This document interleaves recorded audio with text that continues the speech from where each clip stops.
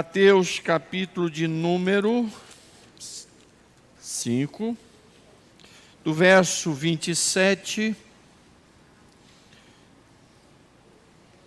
ao 42.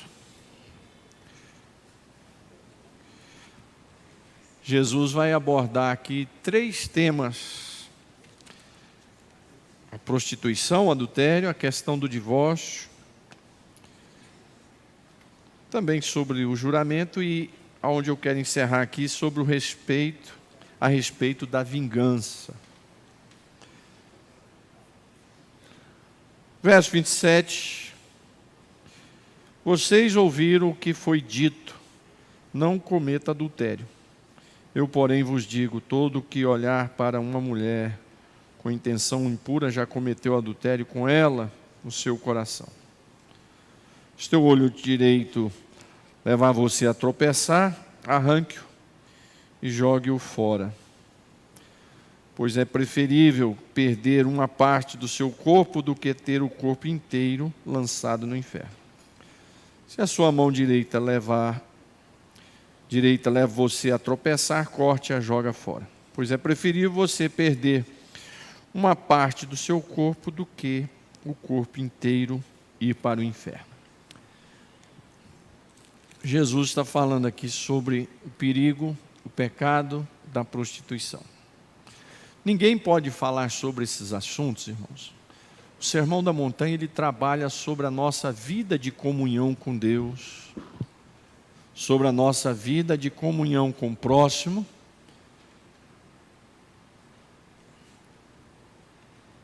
e sobre nós estarmos firmados na palavra de Deus, sobre uma vida de ética cristã, porque a ética cristã ela tem algumas diferenças da ética filosófica, algumas diferenças da ética do mundo.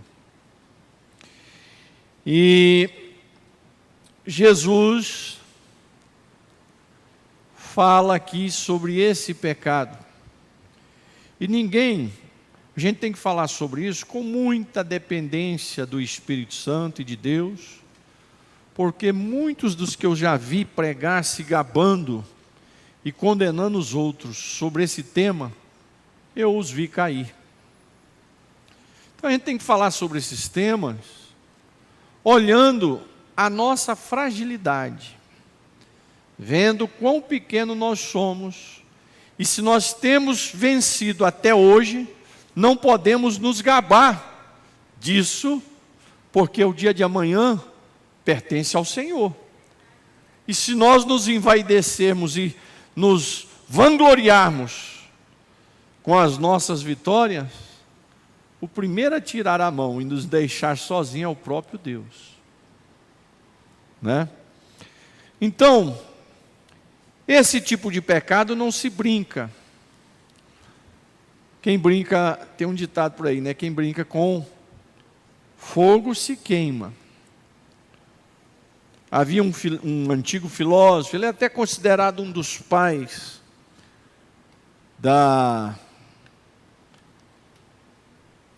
do surgimento da universidade. Ele era exatamente a Universidade de Paris. Lá pelo ano de 1100, mais ou menos, ele era professor em Paris. Era cristão, naquela época todos eram católicos, e o catolicismo era a única igreja cristã da época. Tinha algumas situações que surgiam no Oriente, mas assim, no âmbito geral, no Ocidente, era o catolicismo. E tem até um filme e um livro sobre a história dele.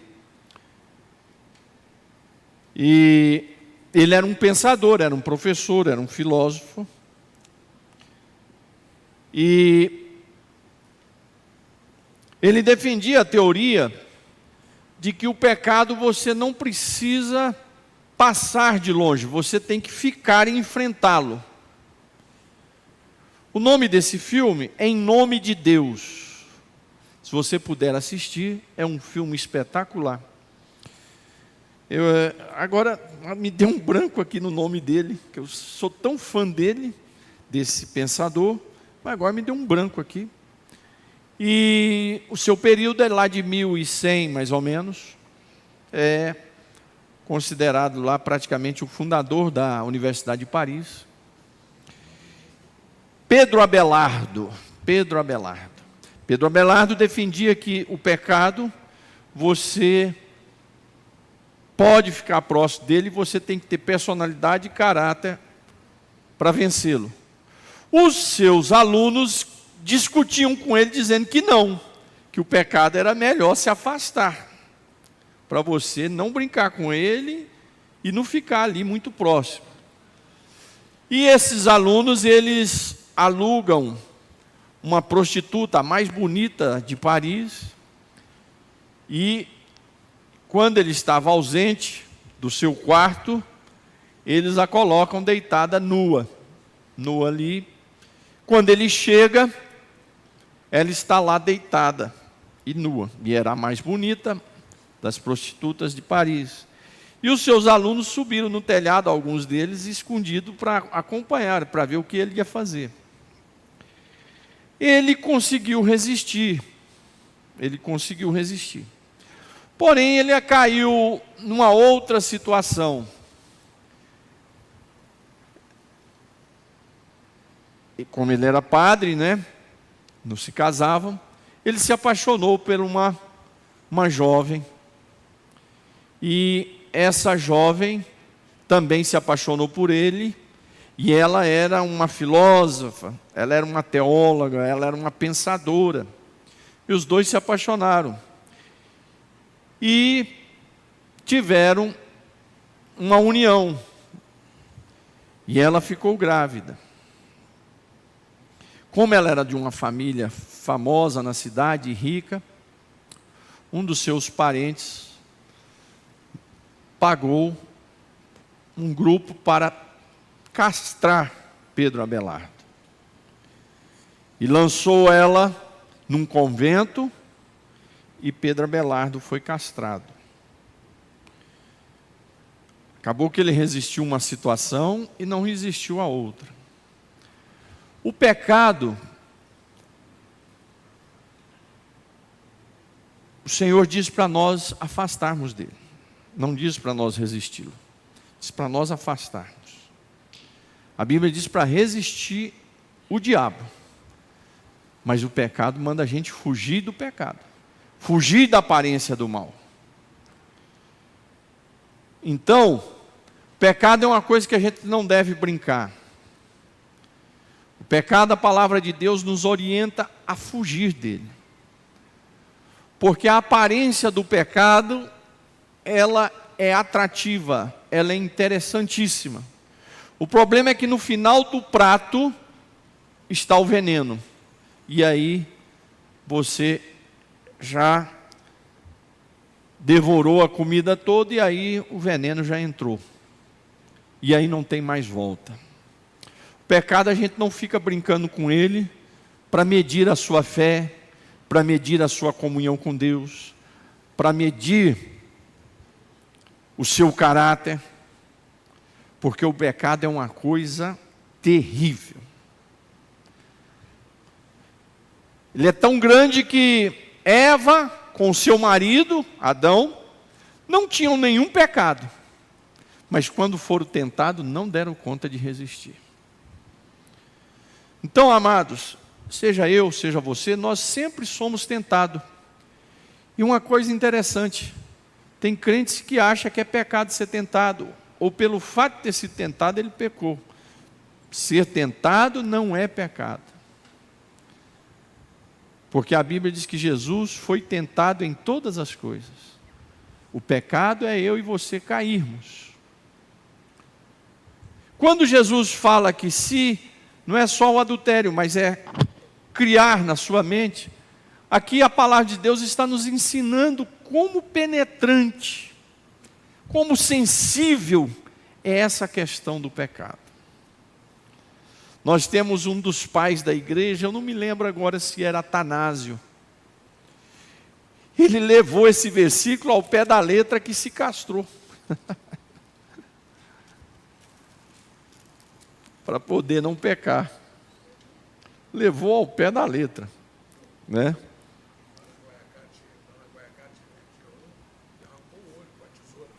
Você vê, o pastor Francis está dizendo que uma das nossas congregações aqui, ele conheceu um homem que arrancou o olho com a tesoura. Quer dizer, não é essa a ignorância que Jesus está citando no texto, como um dos nossos pais da igreja fizeram, se castrando, e como muitos na história se fizeram isso. Quando Jesus cita isso aqui, é um exemplo, né? Isso aqui é como você dizer lá nos Salmos, as montanhas estão saltando. É uma metáfora, né? Então, Jesus, quando fala sobre, não é só adulterar, mas é só de você pensar, ele está falando como é sensível, como nós somos sensíveis ao pecado e como ele é penetrante. Aqui está falando especificamente em adultério, mas seja qual for, o do roubo, o de difamar o próximo, o da fofoca, e tantas outras listas de pecado que existe. Então Jesus condena a prostituição e o adultério. Nós temos muitas pessoas, nós não vamos falar do mundo, vamos falar do nosso meio. Muitos membros de igrejas, muitos obreiros, obreiras, pastores, cantores, em pecado de adultério. Eu já vi gente dizer, não da nossa convenção, de outras igrejas, um professor de teologia dizer que ele não é casado e ele vivia uma vida de prostituição e dizer que não tinha problema nenhum. Mas também não cria nem na volta de Jesus. Não crê nem na volta de Jesus.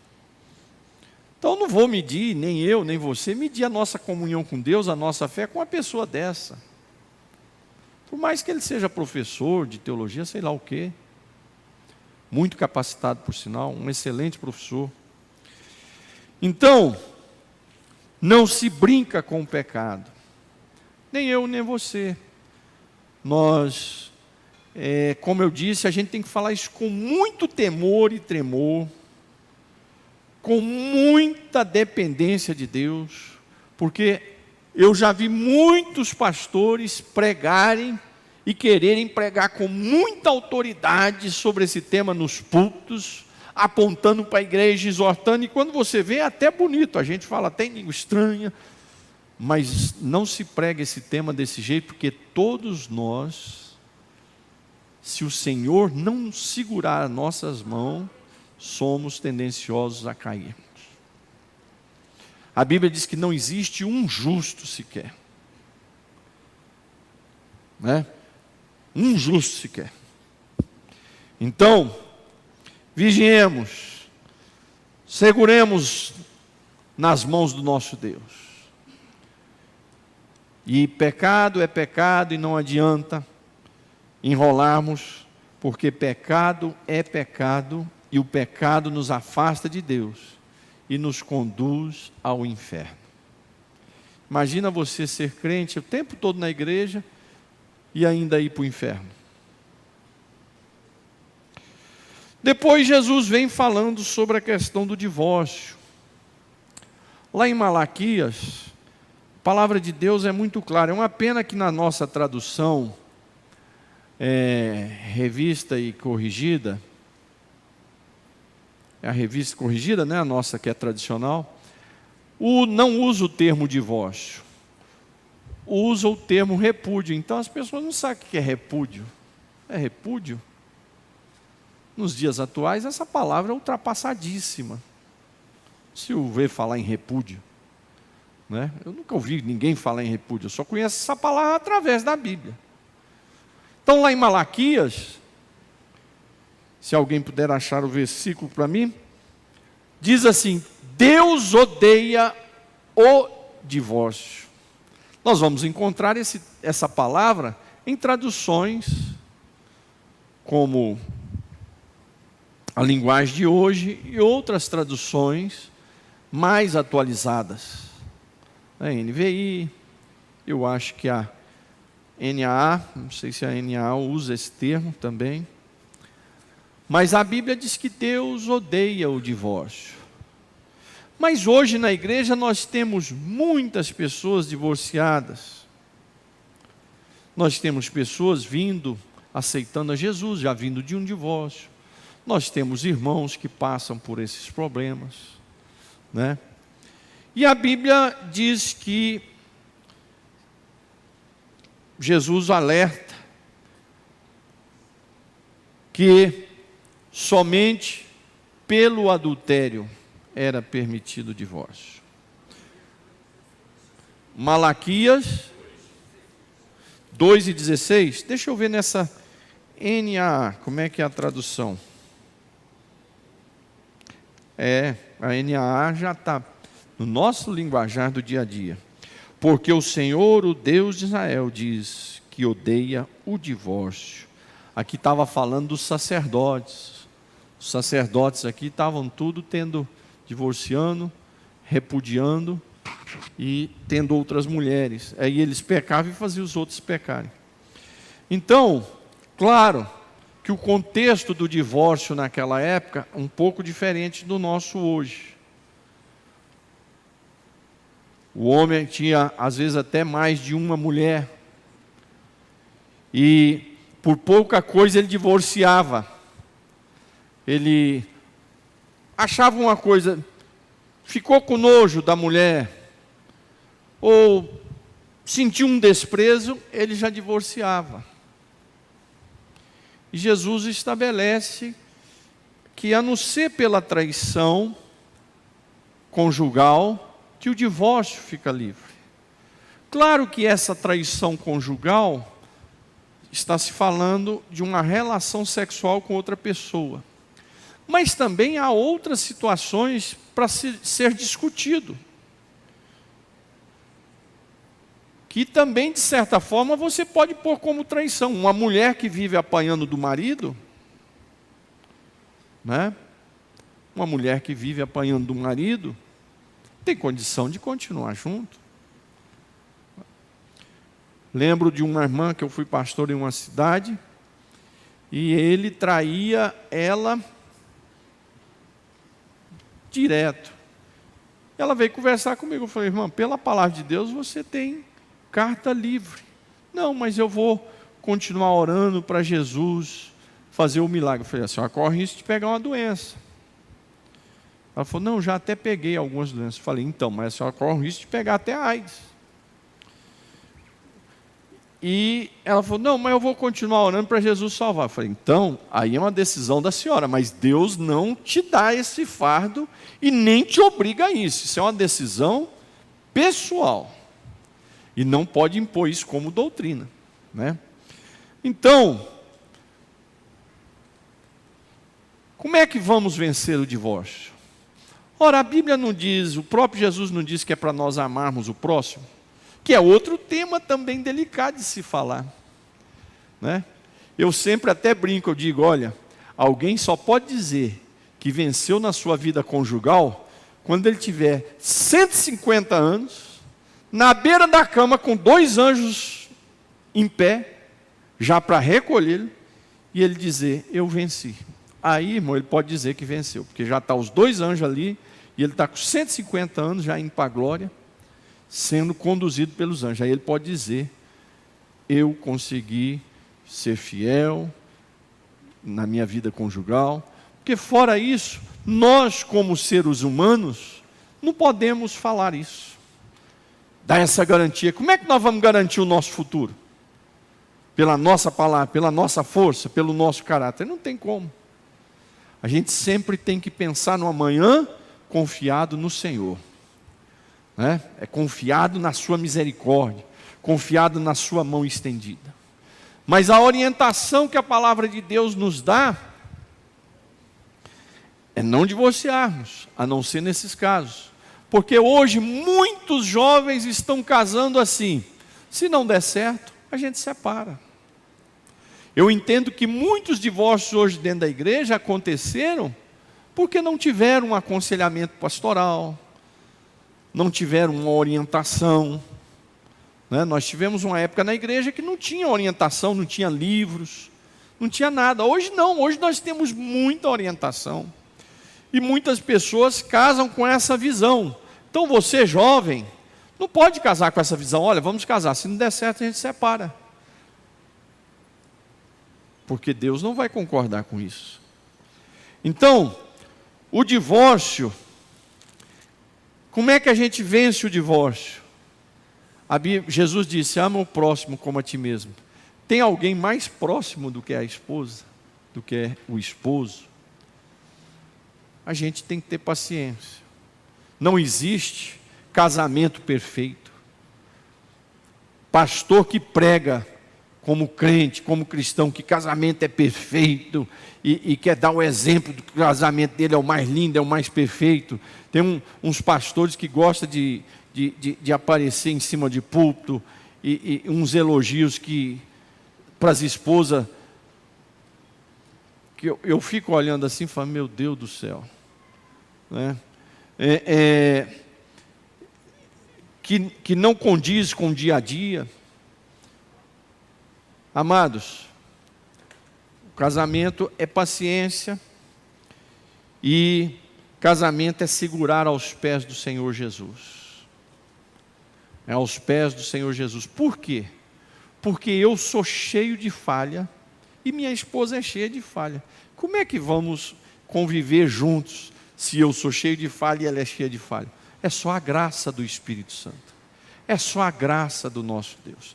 Num mundo em que nos diz noite e dia, o que tem ter outro parceiro, outra parceira?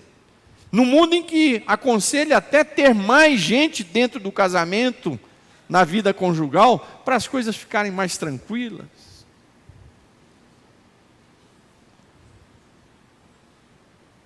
Aquele que já teve o seu divórcio, o Senhor está aí para perdoar, porque ninguém é perfeito. Mas a recomendação da palavra de Deus, em todos os sentidos, o divórcio vai te trazer muitos prejuízos, psicológico, familiar, financeiro, né? Muito grande. E então, o divórcio machuca os filhos, machuca os que estão se separando. Então Jesus, vendo isso, ele recomenda para evitar o divórcio. Por quê? Para evitar esse ferimento que vai ser geral. Vai ser geral. É no homem, é no que está pedindo a separação, é em cima daquele que está recebendo a separação, é nos filhos, é na família.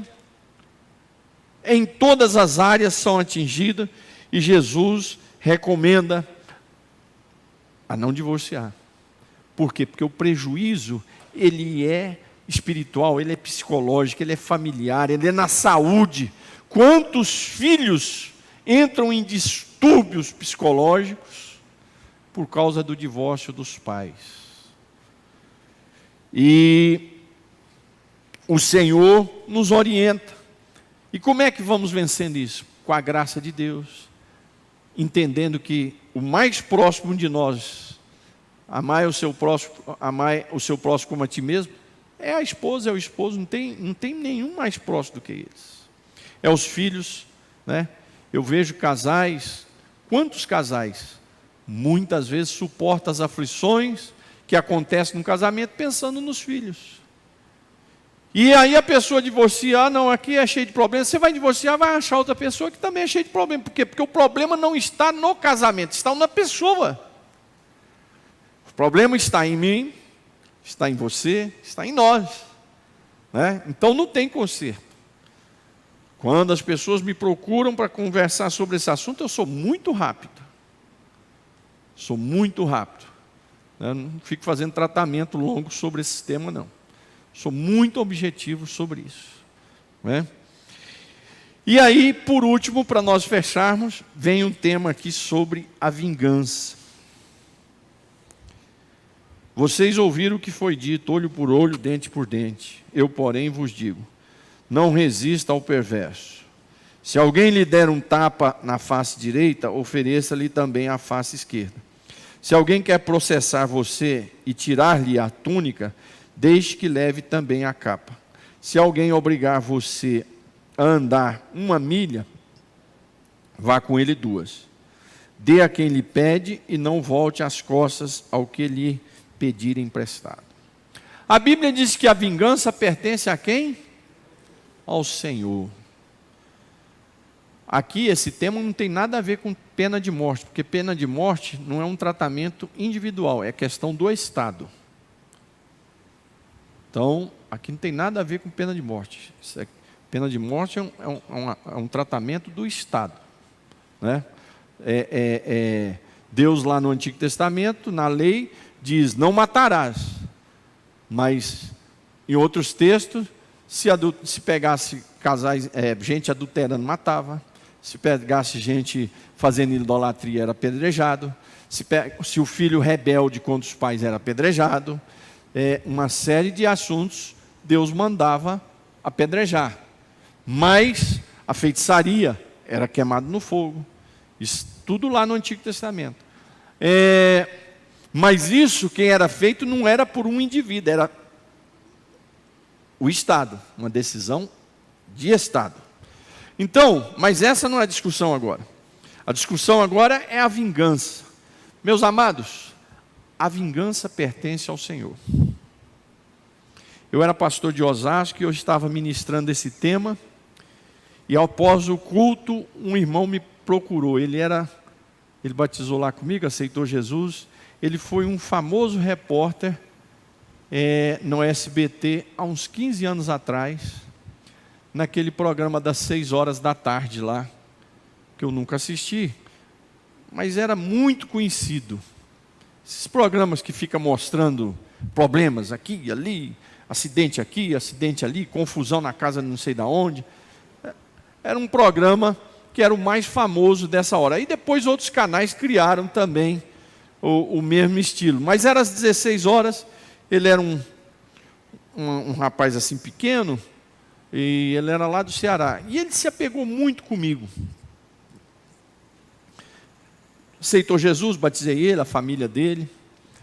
E quando nós nos conhecemos, ele chegou no culto e eu estava ministrando esse tema, ele estava dando os seus primeiros passos.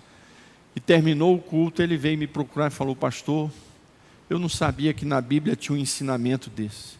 Eu estava entrando amanhã com a ação em cima de alguém por causa disso e disso, mas eu vou deixar nas mãos do Senhor. Eu vou deixar nas mãos do Senhor. Meus amados, quantas vezes, eu acho que todos nós aqui já tivemos desejo de fazer uma vingança.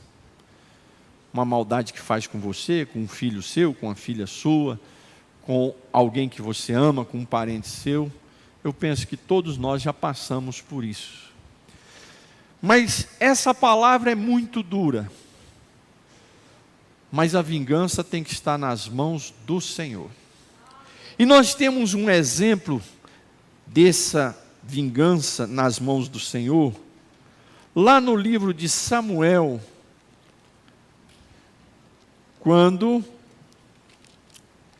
Davi pede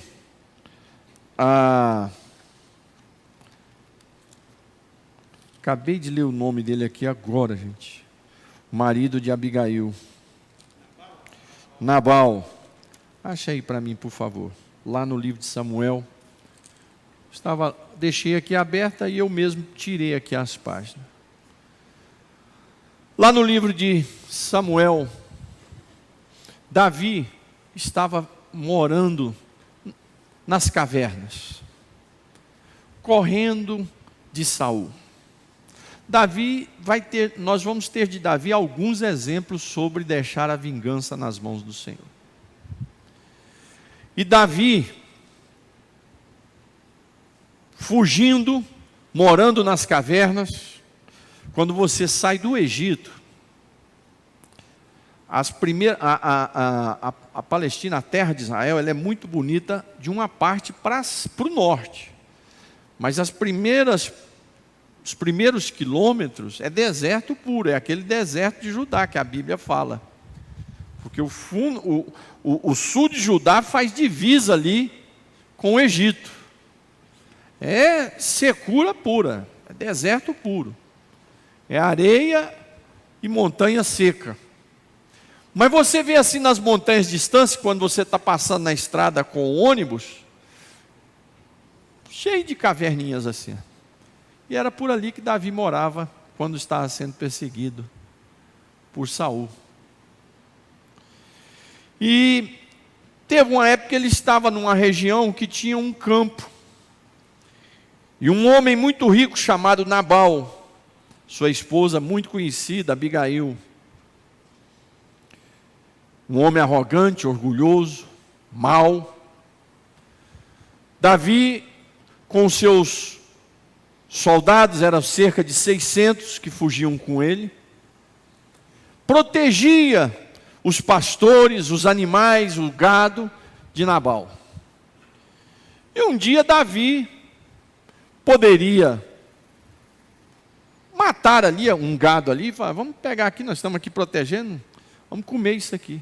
Ele nunca tocou, mas um dia ele pediu para os seus soldados, enviou lá uns secretários dele e falou, peça lá para Nabal se ele pode nos dar umas comidas aí, alguma coisa aí para a gente comer. E eles chegaram lá, olha, nós estamos lá com Davi, e Davi já era conhecido em Israel, que ele seria o futuro rei. Porque era conhecido de todos que ele foi ungido pelo profeta Samuel na adolescência. Era conhecido já de todos que ele já tinha matado Golias. Era conhecido de todos que ele já tinha sido comandante de guerra do exército. Então ele já era conhecido. E era um momento de provação que ele estava passando. E Saul era conhecido também que era um rei que tinha se desviado. E ele manda pedir lá umas comidas. Nabal diz assim, quem é esse Davi? Bom, um cara desse é louco, né? Por isso que a mulher dele diz, olha, o nome dele é Nabal, porque ele é louco. Quem é esse Davi? Para vir me pedir comida aqui. Por que eu tenho que dar comida para Davi? Essa cambada de vagabundo aí, porque a linguajar verdadeira é esse que ele usa. Eu vou dar comida para uma cambada de vagabundo aí? Estou aqui trabalhando com o meu dinheiro, e esse safado aí. E Davi fazia proteção direto, porque constantemente os amalequitas, os filisteus, invadiam as terras e roubavam. E Davi fazia proteção. E chegaram com a notícia para Davi. Davi falou, todo mundo pega a espada, montem nos seus cavalos e vamos lá agora. Vamos destruir, não vai sobrar nada desse homem. Um dos funcionários de Nabal foi lá em Abigail, a mulher de Nabal, e falou, olha, o seu marido é um maluco. Você vê, até os funcionários sabiam que ele era louco. Ele falou isso e isso sobre Davi. Todo mundo sabia quem era Davi. Todo mundo sabia que ele foi ungido. Todo mundo sabia da promessa que Deus tinha com ele. E Davi disse, vamos lá, vamos vingar. Pegue as espadas. Abigail pegou os camelos, encheu de comida. Pegou uns funcionários lá escondido. Nabal estava lá fazendo uma festa, enchendo a cara. E Abigail foi na frente. Davi já vinha com o seu exército de 600 homens para destruir a casa de Abigail, de Nabal, matar todo mundo. Quando ele encontra com Abigail, ela desce e ajoelha diante do exército de 600 homens. Davi diz, o que é isso, gente, que está acontecendo? O que essa mulher quer? Não, eu sou Abigail, sou a esposa daquele homem. A culpa não é dele, não é minha. Porque se eu soubesse, eu já tinha preparado tudo para o senhor comer. Não vingue o senhor com as suas mãos. Deixa que Deus vingue pelo senhor. Porque senão você vai assumir o trono um dia, que eu sei que Deus vai te dar o trono. E Deus não quer que você assuma o trono com a mancha de vingança nas suas mãos. Deixa que o Senhor vai vingar por ti. Abigail disse: gente, eu nunca ouvi um conselho desse. Vamos voltar todo mundo para casa. Minha senhora, muito obrigado, porque a senhora me livrou de fazer uma vingança com as minhas mãos, de pecar e de subir no trono com o sangue da vingança nas mãos. Muito obrigado, Deus abençoe a senhora. E voltou. A Bíblia diz que em 10 dias, Deus vingou por Davi e matou a Nabal. A vingança daqueles que praticam injustiça contra você, descansa o seu coração, está nas mãos do Senhor. Saul procurava matar Davi de todo jeito, a ponto de um dia Davi gritar: por que você reúne 3.000 homens e desgasta tanto para matar uma pulga? E um dia ele reuniu lá 3.000 homens, Davi estava na caverna. A Bíblia diz que Deus deu um sono assim no exército de Saul, que Saul com os soldados, o general dele que era Abner, todo mundo caiu no sono. Davi foi lá, pegou na roça, lá para o lado de Goiás, Minas Gerais também, aquela cabaça d'água, né? A vasilha de água de Saul, pegou mais um outro aparelho lá, um outro instrumento, e foi lá para cima da montanha, e lá de cima da montanha ele gritou: meu rei, acorda. Quem é que está falando aí? Tem alguém gritando aí, quem é? Sou eu, Davi, o teu filho. O que você quer? O senhor está me procurando com 3.000 homens, eu sou uma pulga. Eu estou aqui com a sua lança e com a sua garrafa de água. Eu fui aí no meio do exército, do seu lado. E os que estavam comigo disseram: o Senhor te entregou o seu inimigo na sua mão, mate ele. Eu disse: não, ele é ungido do Senhor, eu não vou tocar nele. Se Deus assim decidir, ele mesmo toque, mas eu não vou tocar no ungido do Senhor. Quero dizer ao Senhor que eu sou inocente diante de ti. Eu poderia vingar hoje o que o Senhor está procurando me matar, mas eu te deixei vivo. Ei, meu filho, hoje eu sei que tu serás rei em Israel e Deus vai te prosperar. Mas não foi só essa vez não. A Bíblia diz que Saul entrou um dia na caverna procurando, ele estava com seu exército procurando Davi, e entrou na caverna para fazer as suas necessidades fisiológicas. E os soldados que estavam com Davi lá dentro escondido falaram: olha, Deus entregou esse homem na sua mão. E tinha entregado mesmo.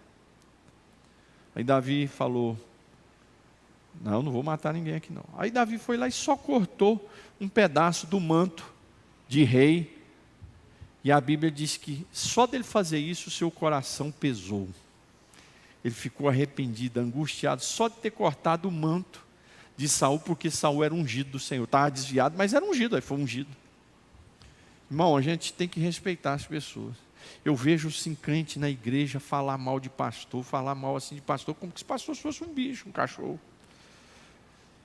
Saul era desviado, mas um dia ele foi ungido pelo profeta Samuel, ungido por Deus. Davi sabia que ele tinha desviado, e Davi sabia que ele ia substituí-lo. Mas Davi nunca ousou tocar em Davi, porque ele era um ungido do Senhor. E a Bíblia diz que quando Davi cortou o manto, pesou o seu coração. Mas ele não matou. E mais uma vez ele avisou para Saul: Saul, está aqui um pedacinho do seu manto. Ó. Que isso? Eu não te matei porque eu não quis. Os que estavam comigo mandaram eu te matar. Realmente tu és aquele que vai me substituir e Deus vai prosperar os seus caminhos.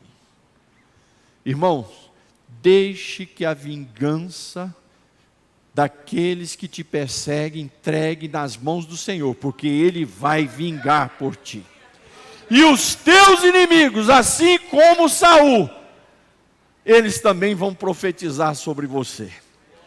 O inimigo de Davi foi o que profetizou para Davi: tu vais ser rei e vai prosperar no seu governo. A vingança pertence ao Senhor. Nós vivemos um mundo de injustiça. Quando eu vejo uma injustiça aí a entrevista lá na televisão, alguém, não, eu creio na justiça brasileira, misericórdia. Ai. Não tem. Vivemos num país da injustiça. Vivemos num país da injustiça. A cada dia está crescendo mais a injustiça. A polícia não aguenta mais prender bandido e a justiça soltar. A polícia vai lá, se mata, faz cerco, se desgasta, se expõe a bala, a tiro, e leva meses para fazer um projeto para prender uma pessoa perigosíssima. Aí prende, uns dias vão lá e solta.